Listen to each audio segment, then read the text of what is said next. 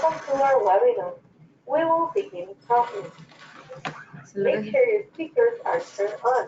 You will be muted during this webinar. This is our chance to ask questions to our presenter.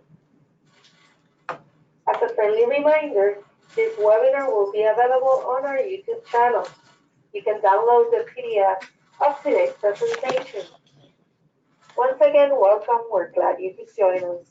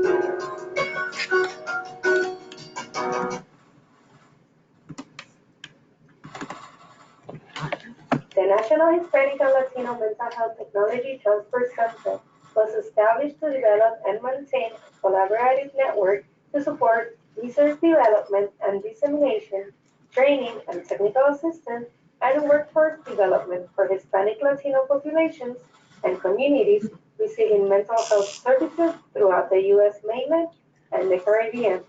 We offer free technical assistance. If you want more information, please contact us. The National Hispanic and Latino MHTTC is under the direction of the Institute for Research, Education and Services in Addiction, IDESA, and housed at the Universidad Central del Caribe School of Medicine in Puerto Rico, and supported by the Substance Abuse and Mental Health Services Administration, SAMHSA, of the U.S. Department of Health and Human Services. As mentioned, the Mental Health CTC network is funded by SAMHSA.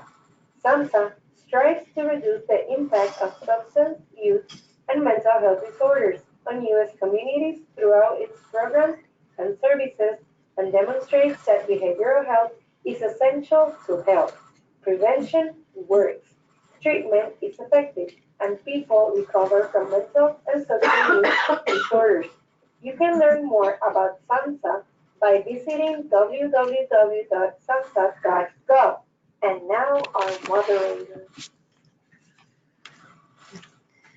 Welcome everyone.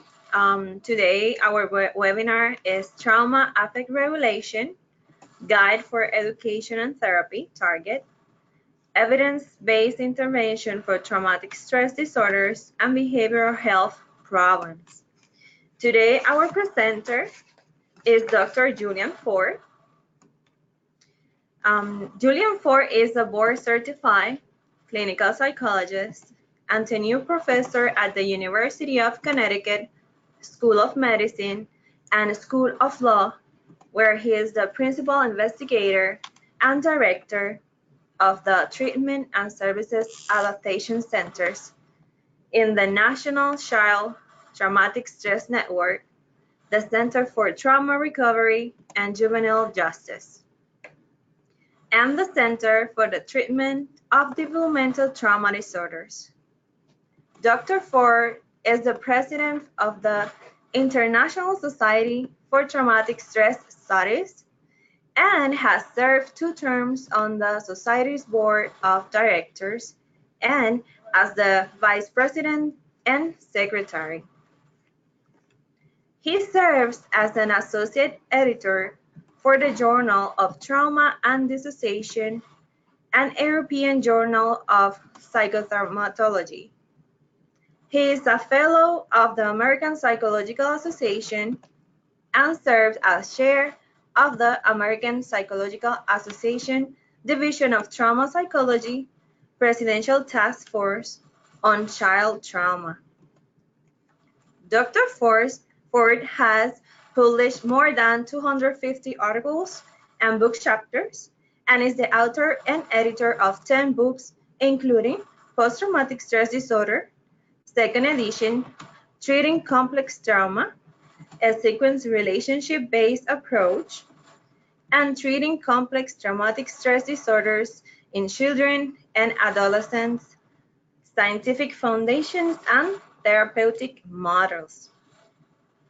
Dr. Ford is the principal investigator for the National Developmental Trauma Disorder Field Trial Research Study and has conducted randomized clinical trial and effectiveness studies with the Trauma Affect Regulation Guide for Education and Therapy Target model for youth and adults with developmental trauma histories and complex PTSD. Before starting our webinar, we're going to have some poll questions. Remember that we have the handouts. The first one, do you currently serve Hispanic and Latino with any serious emotional disturbance?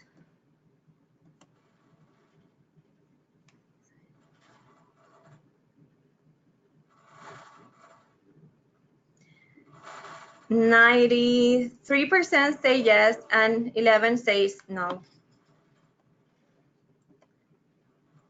Are you planning to serve Hispanic and Latino population in the next 6 months?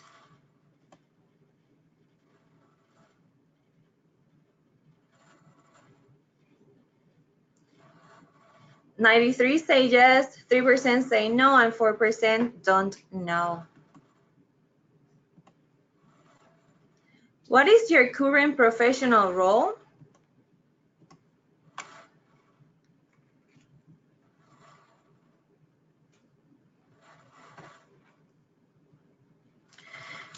We have 26% social worker case manager, 49% counselor, therapist, or psychologist, 7% faculty or research students, 6% government officials, and 14% other.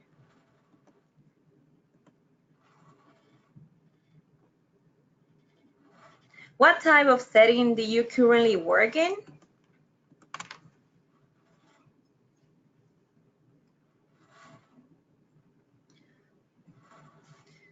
We have 16% university or higher education institution, 42% treatment, 16% government, and 27% other.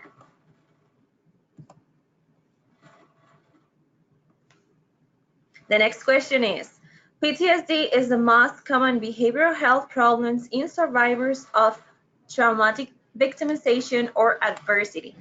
Yes or no?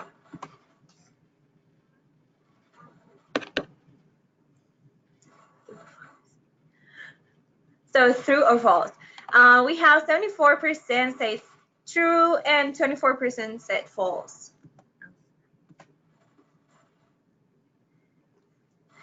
The brain's alarm must be completely turned off in order for a traumatized person to recover.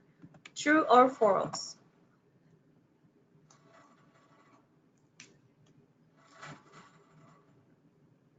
We have 90% false and 13% true. And our last question is, mental focusing is the first step to resetting the brain's alarm when a traumatized person is in survival mode.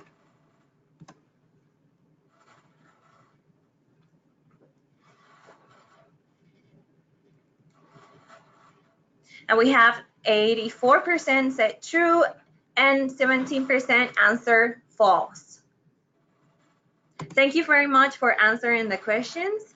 And now we're gonna have Dr. Ford with our webinar. Thank you very much, Dr. Ford, for being with us today. Wait, nobody can hear him. Wait. Okay, now we can hear you. Okay, thank you very much, Sandy and Dr. Velez Echeverria, and welcome everyone. It's a pleasure and an honor to be able to talk with this group. So those questions were a preview, the last three questions, a preview of what we're going to talk about, because we're going to talk about how trauma and traumatic stress affect the brain, but we're going to talk about how that can actually be useful in providing a basis for people, ordinary people as well as professionals, to understand and then to actually recover from post-traumatic stress. The first of the three substance questions was a little bit of a trick, because PTSD certainly is a common follow-up or after effect of exposure to trauma, but it's not the only one. And in fact, there are so many different ways in which youth and adults experience post-traumatic stress reactions. And that's part of what we're going to talk about, because we can't just focus on PTSD, even though PTSD is extremely important. So I'm going to, here we have the title slide, and then I have a brief disclosure, if we can go on to the next slide. Yeah, okay. We're having trouble with the slides, but we're good to go. Okay, good. So I have a brief disclosure that I am the co-owner of a company at the University of Connecticut set up to disseminate this intervention model, but I will not be promoting it in any way other than just to give you some background information. And we'll go on. Next slide. So we're going to talk about how you can apply many different interventions, but a kind of an overriding framework for understanding what many different interventions that are designed for the treatment of traumatic stress have in common. And one intervention in particular that I've been working on was an attempt to actually bring together many of the common elements in many other interventions. So it actually is something that will be applicable if you are providing any number of trauma-specific therapies or other kinds of therapies, and not just cognitive behavioral therapies, but also family systems, experiential, psychodynamic. So we're going to look at how we can understand the impact of traumatic stress in a way that cuts across many different theoretical and clinical models. And let's go on to the next slide. So in doing this, I hope that by the end of this, you will be very familiar with not only the range of behavioral and emotional problems that can occur in the aftermath of trauma, but also ways in which we can understand some very basic systems in the brain, but based on some very complex research that we've tried to distill down into a meaningful summary that anybody from school children all the way through adults, professionals and non-professionals can understand. And in doing that, you'll also will walk through a 7-step process, which I think actually is what pretty much every psychotherapy for post-traumatic stress uses, but in different ways. And I'll show you the core elements of that. And we'll talk a little bit about the research in case you're interested. And next slide. So trauma occurs in many different forms, as I'm sure you well know. And those of you who are listening and viewing from Puerto Rico, you know that this can happen in the form of immense natural disasters. It can also take place in the form of ongoing violence and disruption that can affect entire communities as well as families and individuals. It can take place in secrecy of the abuse that can occur tragically in the home or in other places where trusted adults violate the social contract and exploit children or other adults. It can take place on a very large scale with hate crimes and war and torture and terrorism. And it can take place on a historical basis where generations have been subjected to post-traumatic or to traumatic stress. And the impact is felt many generations down the line, even when conditions do change in many different ways. Historical trauma is still a crucial phenomenon that we need to be very well aware of. So with all those different forms of trauma, there are also many different adaptations. So let's go to the next slide. And you can see that this is much more than post-traumatic stress disorder, even as broad as post-traumatic stress disorder is now, with the 4 essential elements of PTSD, which are intrusive memories and reminders, avoidance of those reminders and of those memories, a very fundamental alteration in a person's way of thinking, believing, and their emotions, and hypervigilance and hyperarousal, which I would maintain that actually hyperarousal and hypervigilance are really the core of PTSD, because those are the body's way of attempting to protect us, and we'll talk more about that. But as you can see, post-traumatic stress and post-traumatic reactions play out in so many different forms.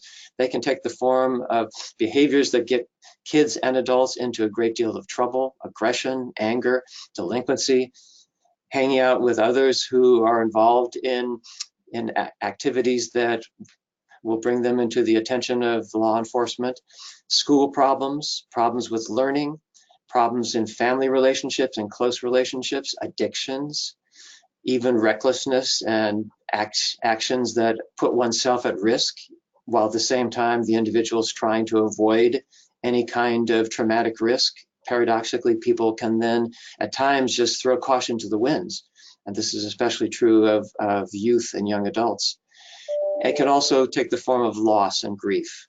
And that's something that's often overlooked, but is really crucial, because so many trauma survivors have endured so many losses.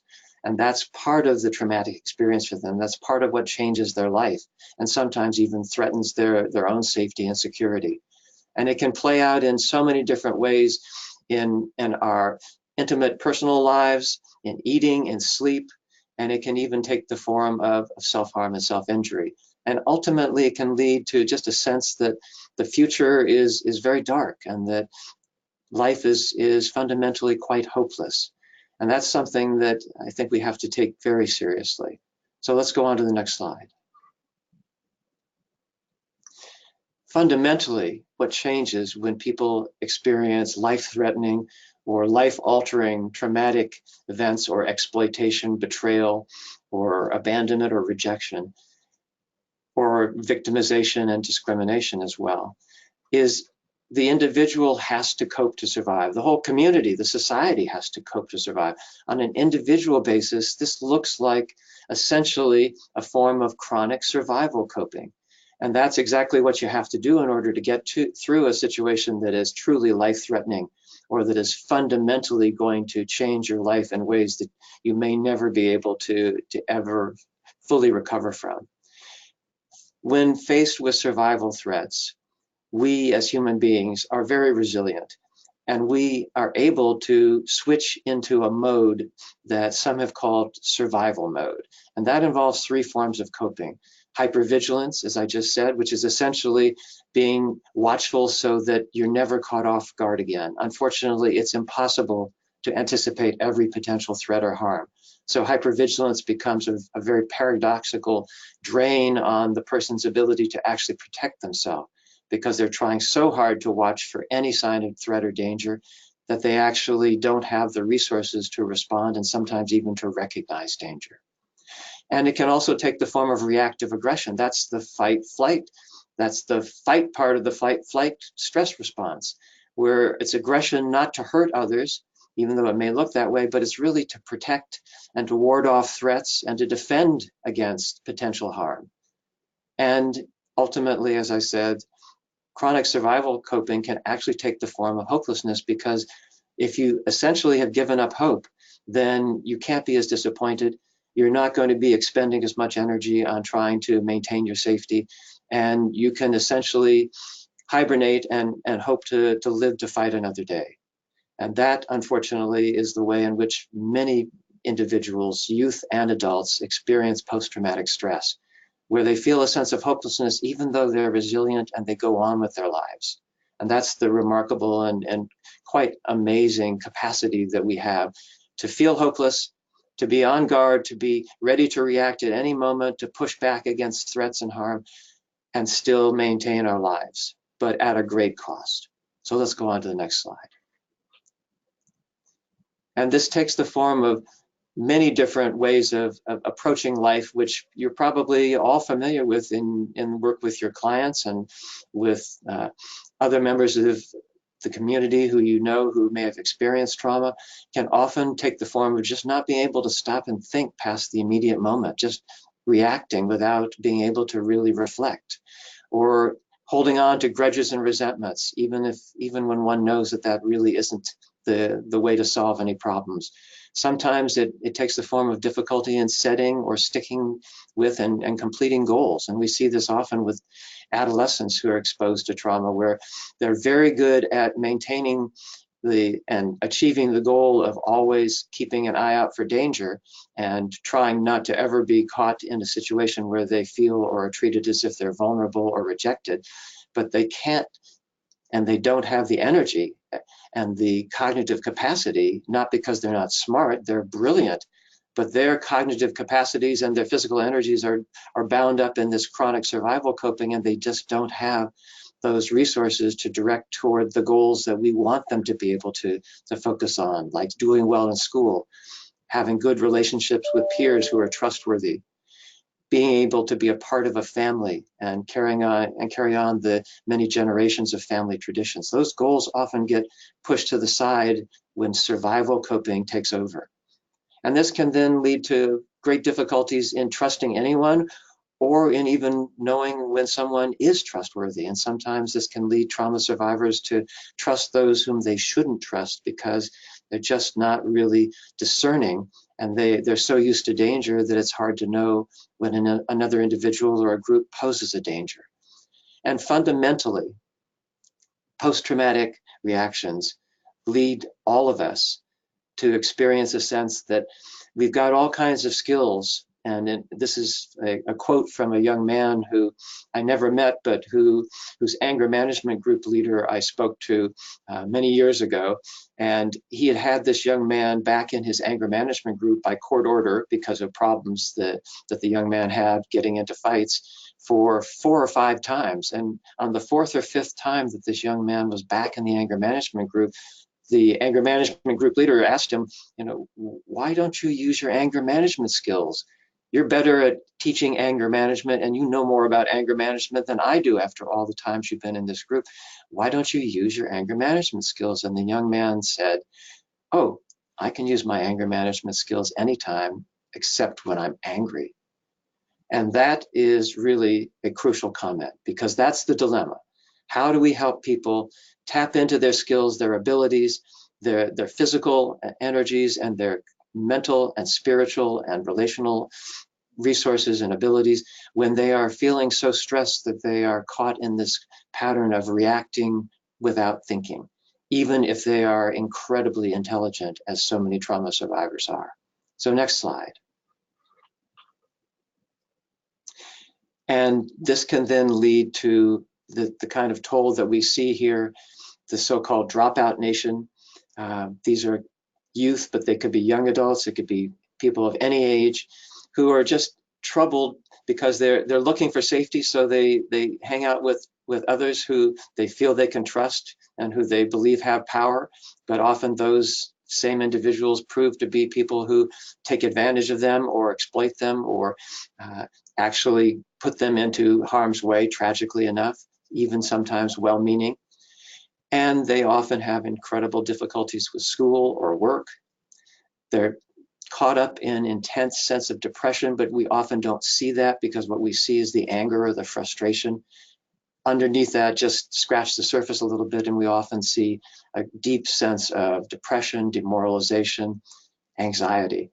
And they're often then caught up in relationships where there's a constant pattern of victimization and re-victimization. And most trauma survivors never victimize anyone else, but many are re-victimized because they simply are trapped in relationships where they don't know whom to trust, and they also don't feel that they often deserve the kind of relationship that they truly need. Next slide, please.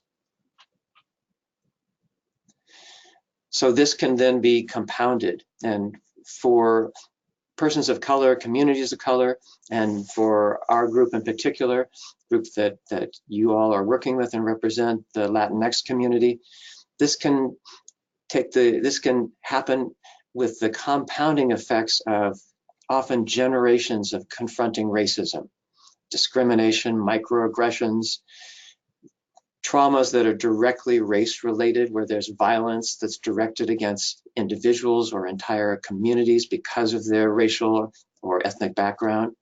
And as I mentioned earlier, historical traumas where there are generations that have lived through traumatic circumstances individually or their entire community or society. And this can play out then in the form of disparities currently, as I'm sure you're all well aware of disparities in access to resources, socioeconomic resources, healthcare resources, social, educational resources, residential resources.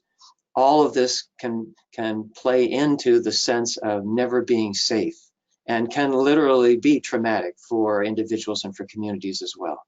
And when you add to that the compounding effect of language barriers, when language is not shared, when the quote unquote mainstream language and those who are responsible for its institutions don't value and prize other languages, we've all seen how that can play out and can lead to enormous barriers to resources and a real sense of distrust and a lack of safety. And ultimately, these kinds of ethnic and racial traumas and stressors can lead to a fundamental devaluation of the core culture and traditions and values that people have that we all need to sustain us. So while I'm not going to propose an intervention that can rectify all of these incredibly difficult ethnocultural dynamics, I do want to talk about how we can address some of these issues while also focusing on just helping individuals to recover from the immediate traumatic stressors that they're facing in their lives, whether they are culturally and racially based or whether they have to do with other larger or just natural and non-man-made factors. So let's go on. And we know that the results of these kinds of ethnocultural and racially based traumas and stressors is that there can be violence and victimization for people who come from other countries to this country or to wherever you may be living. We know that there may be inhumane conditions when people are caught up in the immigration systems and placed in detention settings and facilities. We know all too well in the United States the tragedies that are happening at our borders, where people with families, children with parents, are separated and are placed in conditions that are horrendously inhumane. And in addition to the physical burdens and just the sense of frustration and the economic burdens that this causes and the lack of freedom and access, this also can essentially convey to an individual that they're not welcome and therefore they're not ever safe. And I think it's that loss of a sense of safety. And then that's compounded by often the loss of connections when one has to separate oneself or is forcibly separated from one's family, one's parents, one's community, one's neighbors, and when one has to go or a family has to go to an entirely different country, as so many of the families who are of Latinx background in this country have experienced recently or over many generations. And with all of this, then there's often a disproportionate contact with and a truly an overrepresentation of people of color in law enforcement and judicial systems in this country and in many countries. So we see that these are just incredibly compounding factors. And in the midst of all this, we really have to be thinking, what can we do to help an individual or a family that's going through potentially all of these stressors, and many of them are traumatic stressors. So let's go on to the next slide. And what we know is that any interventions that we bring have to not just help with recovery from traumatic stress, but they truly have to promote and underscore and value and support the culture that people bring with them and in particular, a culture that involves an honoring of family cohesion and support, a culture that involves learning and achievement. And these are all characteristics of Latinx communities that those of us from other cultural backgrounds truly envy and admire very, very greatly. And we aspire to some of these values, but we do not have the traditions that so many people from Latinx cultures do have. And when we honor those, we're helping people to recover from trauma. And we're also showing that there is a potential connection across cultures. And of course, there's a valuing of spiritual faith, which is so important. And a good deal of what I'm going to talk about can actually be practiced in a way that's very compatible with many different forms of spiritual practice, including prayer. It's also true that I have been informed and schooled by my Latinx colleagues and peers and clients as well, that mentoring and respect for elders and social justice advocacy and a willingness to not just tolerate, but to value the expression of emotion in ways that actually are authentic and that allow us to truly know one another as actual people rather than just as facades. And ultimately, the value of multi-generational family ties and community ties. These are such incredible sources of strength and resilience for Latinx communities. And we want to tap into those as we intervene to assist people in recovering from post-traumatic stress. I'll give you a hint as to how that might happen. I think you'll know that better than I. Let's go on to the next slide. So let's talk about the impact of trauma. And here's a quotation from an eminent neuroimaging researcher and his colleague, Dr. Teicher and Sampson, which basically says what I'm going to show you in pictures in just a moment. And he maps out what happens when people are confronted with a traumatic threat or when they're experiencing post-traumatic stress reactions. And you can see that this involves several areas of the brain. So there's our senses send information to an area of the brain called the thalamus, which then signals to an area of the brain called the amygdala, which basically alerts us to potential dangers. And that area of the brain then signals to a next door area called the hippocampus, which essentially retrieves memories that helps us figure out what is going on, what's the context here, and what do I need to pay attention to? If I need to be alert, as the amygdala is telling me, what do I need to be alert to? And those two centers of the brain send a message up to the prefrontal cortex, which essentially then takes that information and figures out, how can I find a way to make this situation safe? Or do I even need to do that?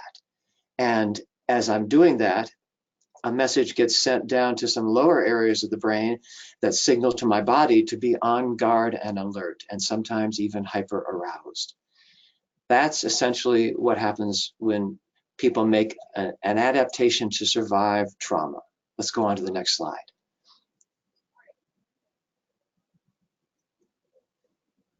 And if we could, there we go. So how do we explain this to ordinary people? This is way more complicated than I can understand for the most part.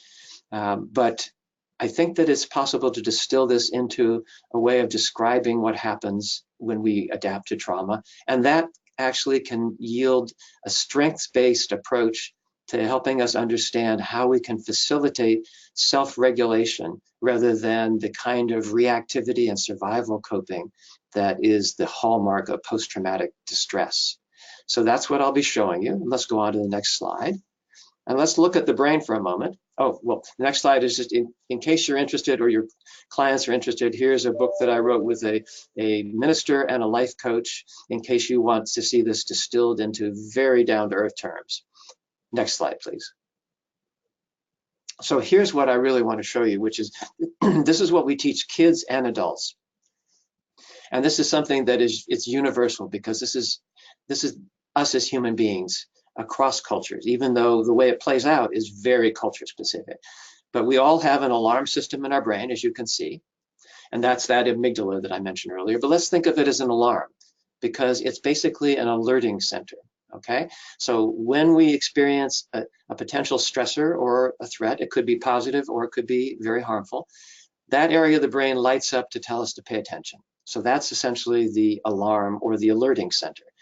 Right next door to it, there is the hippocampus, which we call the filing center because it's essentially the search engine or the librarian, for those of us from the 20th century, for the brain that retrieves memories, basically our life lessons, and helps us figure out, what do I know that can help me to understand the situation? And when I have that information, then I can figure out what I need to pay attention to rather than just being alert to anything and everything, which is survival coping. And those two areas of the brain then send a message up to the thinking center. That's that prefrontal cortex. That's the area of the brain that helps us know what we're feeling and how to put that into words and how to figure out what is it that we need to handle and what do we need to do consciously. So if we go on to the next slide, I'll show you how this plays out. And what you can see here is that when we experience something in our environment or in our bodies that alerts us that we need to pay attention, the alarm gets turned on. That's the alarm down there in the green. It signals the filing center to pull up memories to help us figure out what to pay attention to. And then that information is forwarded on to the thinking center to help us figure out what it is that we know and how to handle the situation. And when we've got all that information and when that process has been completed, we not only have a plan of action and hopefully a reasonable appraisal of the situation, but we also, more importantly, we have a way, that arrow underneath this diagram, to turn down the alarm. Now, this does not, as one of the initial questions tells you, this does not shut off the alarm entirely. We still need that alarm on, at least in sleep mode, in case there is something we need to pay attention to or be alert to. But it turns down the alarm in a way that then lowers our sense of stress and increases our ability to think clearly. So that's really the key. Now, the next slide shows you what happens with post-traumatic reactions. Because in this case, the threat or the harm, the signal that the alarm gets is so strong that it essentially overrides the filing center. It crashes the filing center, and all we get are memories of threat and harm and disaster, or maybe just no memories whatsoever, and we're completely confused and dazed, and that's dissociation right there. And that, of course, then leads to information being sent up to the thinking center, which basically crashes the hard drive. Too much information, nothing that's really useful, just a dramatic alarm signal, and we don't know what to think. And so we're locked in, we're frozen, or we're reacting with, and that's exactly then what's happening with post-traumatic stress is going on. The alarm has essentially hijacked the rest of the brain. The intent is to help us survive. So it's adaptive in survival situations. But when this becomes a chronic way of life, which is post-traumatic stress, this is, of course, going to interfere with any kind of positive adaptation because we're going to be constantly in alarm mode. So, of course, when trauma survivors see this and learn about this, they immediately, after saying, why didn't anybody ever show me this before? This makes total sense, and I hope it does to you. They then say, so what do I do to turn down my alarm?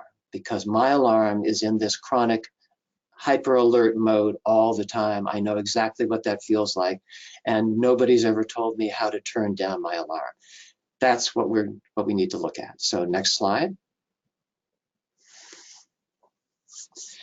And the way to turn down the alarm, I would maintain, is basically 7 easy, but actually not so easy, but at least very clear and straightforward steps. And I'm going to walk you through them as we walk through our clients, and as we, as providers, when we experience secondary traumatic stress, the stress of compassion and caring, that we walk through ourselves as well in order to self-regulate when we're experiencing alarm reactions, not necessarily traumatic stress, but often compassion reactions. So those 7 steps are focusing. That's the mental focusing that you heard in the first question, and you were absolutely right. That is the first step in recovery from post-traumatic stress. I'll show you a very straightforward way of focusing the brain in a way that helps to activate the prefrontal cortex very directly and very quickly. And once we've got the prefrontal cortex back online again, then it's possible to begin to reset the alarm. And we do that intuitively people don't have to have a therapeutic model to know this.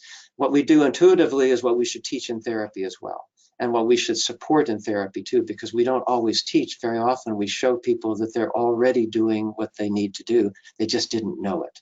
And if you don't know that what you're doing is exactly what you need to do, you're not going to get the benefit.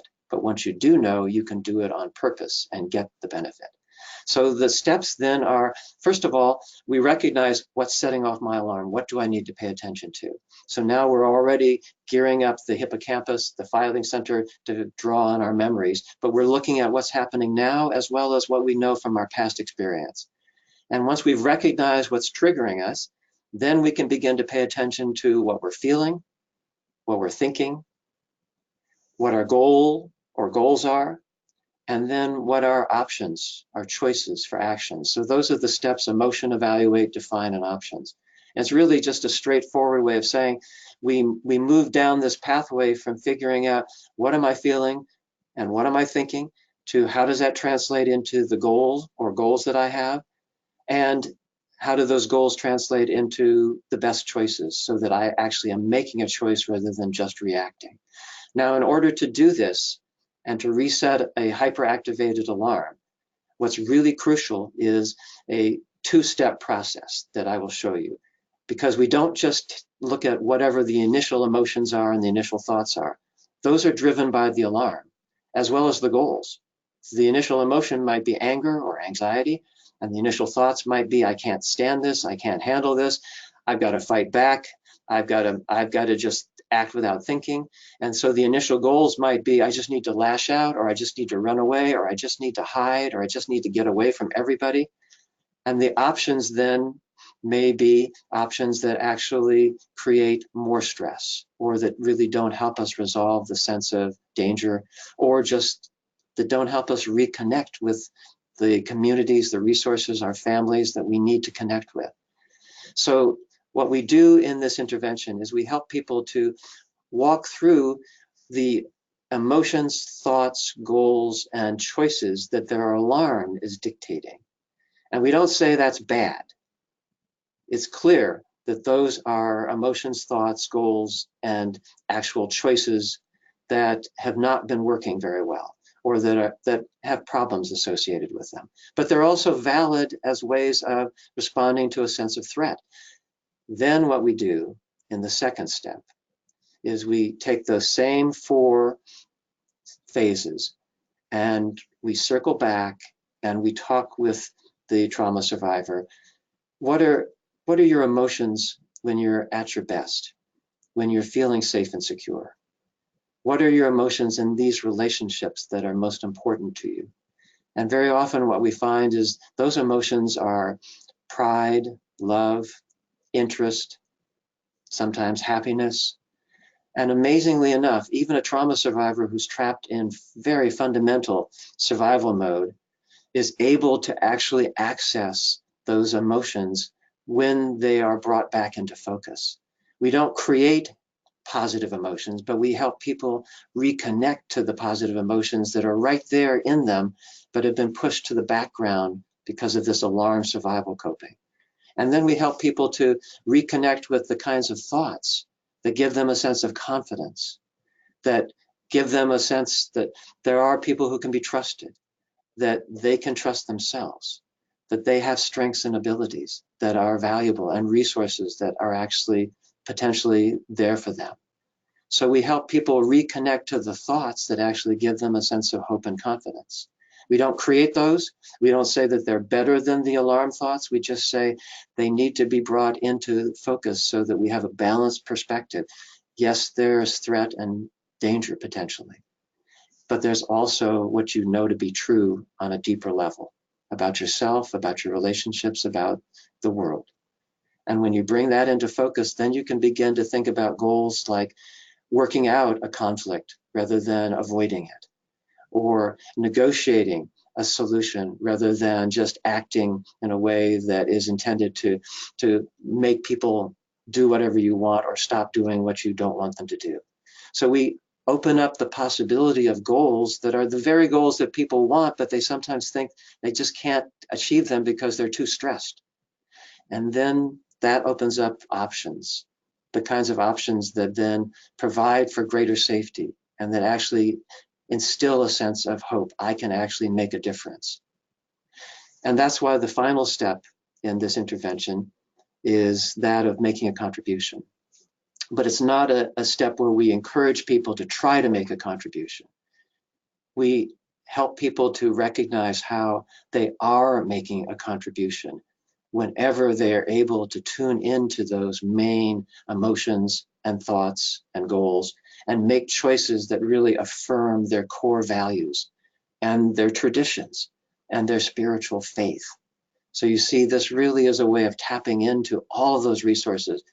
Many of them are fundamental cultural resources that if we can help people tap into them at the moment when they're feeling too stressed to think, and show them that actually they can think clearly at those moments, even while they're also reacting, it opens up a whole world. So let me now just show you a few slides that show you how we walk this through with trauma survivors. So the next slide, please. And this is our 3-step approach to focusing. You can do it in many different ways. With teenagers, we do it with music. We can do it with drama, with art. We can do it with photographs. We do it with thinking of relationships, but it's fundamentally 3 steps. And the first step is just to slow down and step back and just sweep your mind clear.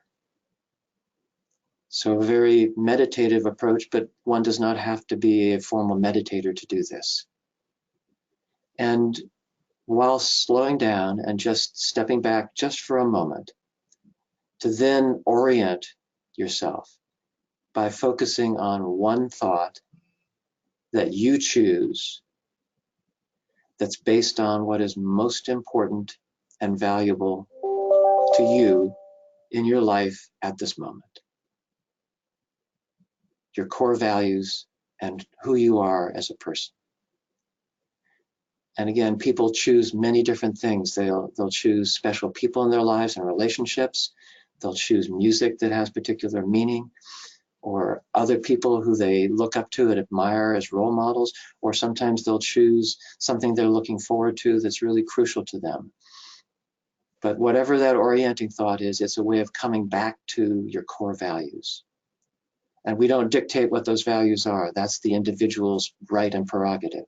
We just provide them with an opportunity to come back and focus on those core values for a moment. And then we suggest that that one takes a quick self-check, and that's the scale that you see. And let's go on to the next slide. Thank you. That's perfect. The self-check is your stress level. But again, the most important thing that's happening here is that this is a way of increasing personal control. Because when you focus, you can think more clearly. And I've seen this happen with so many trauma survivors, even teenagers who often are thinking in 1,000 different directions. When they remember to focus and realize they're able to actually think through situations that in the past they might have reacted to in ways that have created all kinds of adversity or amplified adversity. So personal control is the focus here, is the goal. But it's not control as in being able to make everything the way you want it. It's control as in being able to think clearly and to draw on your core values. So let's go on to the next slide. And now, for the sake of time, we're going to walk through. This is what we do in terms of recognizing triggers. And next slide.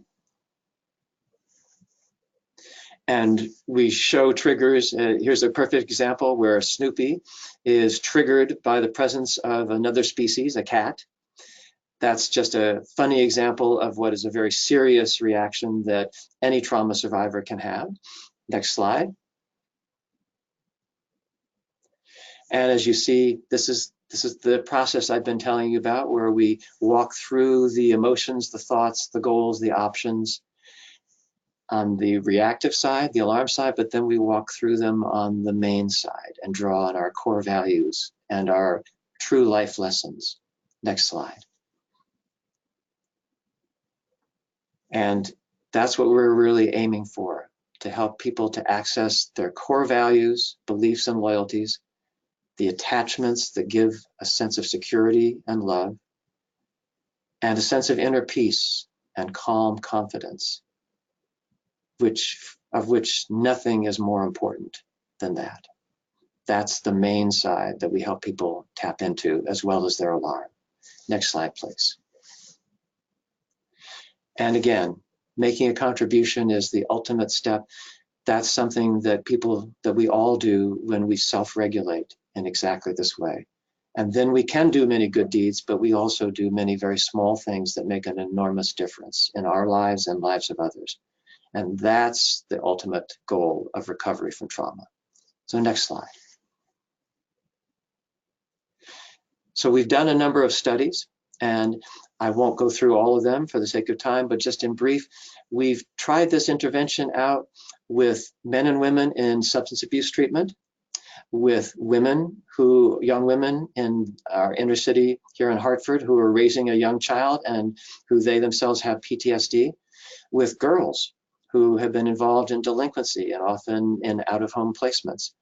We've also done this with military personnel. We've done this with college students who are having problems with drinking. And we've done it most recently, we've looked at how this actually impacts day-to-day life on a 30-day basis before and after the intervention. So if you'd like to see any of those studies, be glad to share the slides, and they're all published so that you can access them. Next slide. And we've also done this in a couple of studies where we weren't doing research, but we were implementing Target in 2 juvenile justice centers. One was a detention center, and the other was a secure facility for kids who had mental health as well as juvenile justice issues. And we've done this in 2 in-home family therapy studies, one with foster families and one with adoptive families. And I just want to show you on the next slide a couple of really amazing results. That this is all to the credit of the staff who are using Target. What we found was that in the study with youth in detention, that for every target group, and we basically would do groups with the kids, teaching them these skills, for every group that kids received in the first week that they're in detention, and that's a very stressful week to say the least, there were 54% fewer dangerous incidents in a 2-week stay and 72 minutes less of seclusion time. In fact, it virtually eliminated seclusion as an intervention by the staff. And recidivism also decreased for the kids when Target was being provided. Next slide, please. And what we found in the secure facility where kids had mental health as well as juvenile justice issues was that when Target was implemented, you can see this is the use of seclusion. And the second time frame from September of 2007 through December of 2007, you can see that the unit that was about to receive Target had a much higher level of use of seclusion. Then they received the Target intervention, and that's where you see the blue line going down and the pink line going up, because on the units that didn't get Target, the use of seclusion ramped up because they were getting kids who were much more challenging. The same kids were coming into the units that were getting Target, and their use of seclusion went down and stayed down for many months. So that's a really clear-cut demonstration of the benefit of this intervention for staff as well as for kids in a very high-risk situation. And next slide.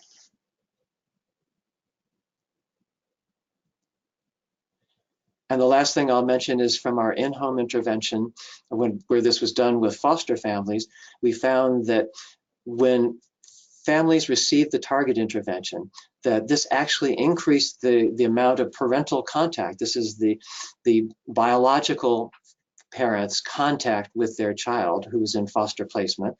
There were more visits with the father and more phone calls, letters, emails, texting, and contact on Facebook with both parents. So this actually helped with the reunification process for kids in foster care. And those children also reported that they were experiencing less emotional dysregulation, less behavioral dysregulation, and they were feeling more cognitively regulated, more able to think clearly. Well, that's my overview. I hope that you found this useful and helpful, and would love to hear any questions or comments. Thank you very much, Dr. Ford. It was really, really informative. Thank you very much. I know that a lot of providers can use this information with their clients or patients. If the participant has any questions, you can write down the question on the chat box so we can ask Dr. Ford. People are raising hands, but it's better either if you write it on the chat or on the questions. You have both options. Okay, we have the first question. How often and how long are sessions?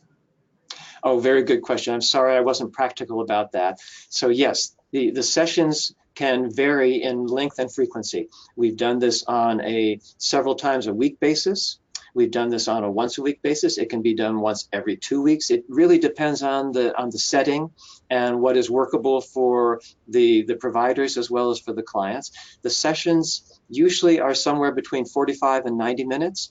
But again, we have a version of this intervention that is as brief as 4 sessions and can be done with 30 to 45 minute sessions. And we have a much longer version that can be done over a period of 6 months. So it's highly variable and really can be adapted to the specific setting. Thank you.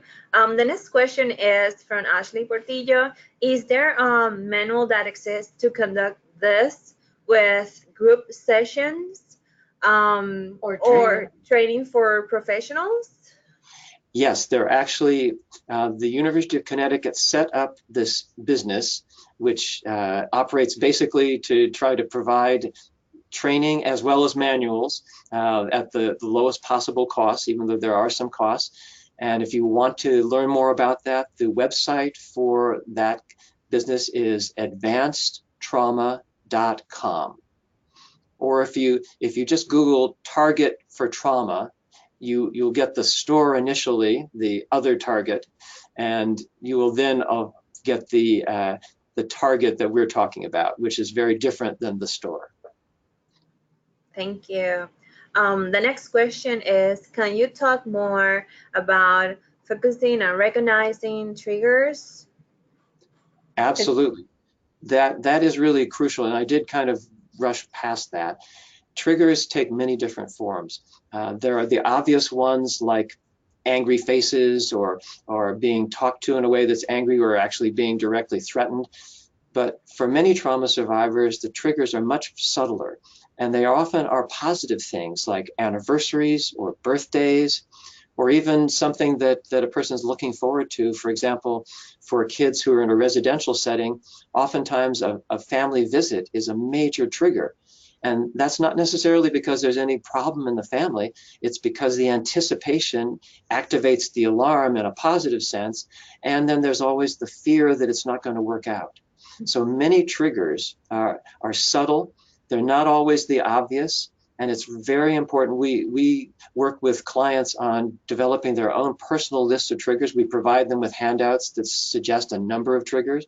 But the crucial thing to keep in mind is that what triggers this alarm reaction in the brain is not always a threat, and it's not always a negative situation. It can equally be a positive situation that is associated either with past stress or trauma or with anticipation and a sense of fear that maybe disappointment will occur or maybe something bad will happen just when I had hoped that everything was going to be good.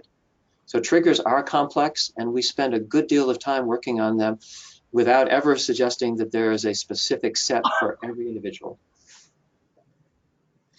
Thanks. Okay, thank you. Before we go on to the next questions, I wanted to remind everybody that you're going to receive an email with your certificate of participation and also a link for a survey that will help us give you more webinars like this one with awesome information. So please make sure you filled out that survey. The next question would be, have people integrated this framework into movement therapies? Yes, absolutely. Some of the movement therapies like sensory motor therapy or movement therapies that are not necessarily therapy, but that are martial arts like Tai Chi or yoga, and definitely therapies that specifically involve dance, movement, drumming, all those kinds of physical activities. This is a perfect fit because as one is doing the movement, that is a way of focusing. And so we actually help people to use the movement to engage that focusing, that SOS. And so they're not just moving, but they're literally activating the thinking center in their brain, as well as experiencing the sense of physical movement and freedom that's so crucial for trauma survivors. And I wish I could go on and answer more questions, but I literally have to be on another webinar in just a couple of moments. So I'm afraid I'm going to have to sign off. Don't worry. Thank you so much, Dr. Ford, for everything. Everybody else, you can definitely email us your questions. We have a list of questions, and then we'll try to get you in touch with Dr. Ford and like get some answers. Remember that the webinar is going to be available on YouTube. Dr. Ford, you can actually go off if you need to. Thank you again so much for being with us. Thank you. It was a great honor. Thank you.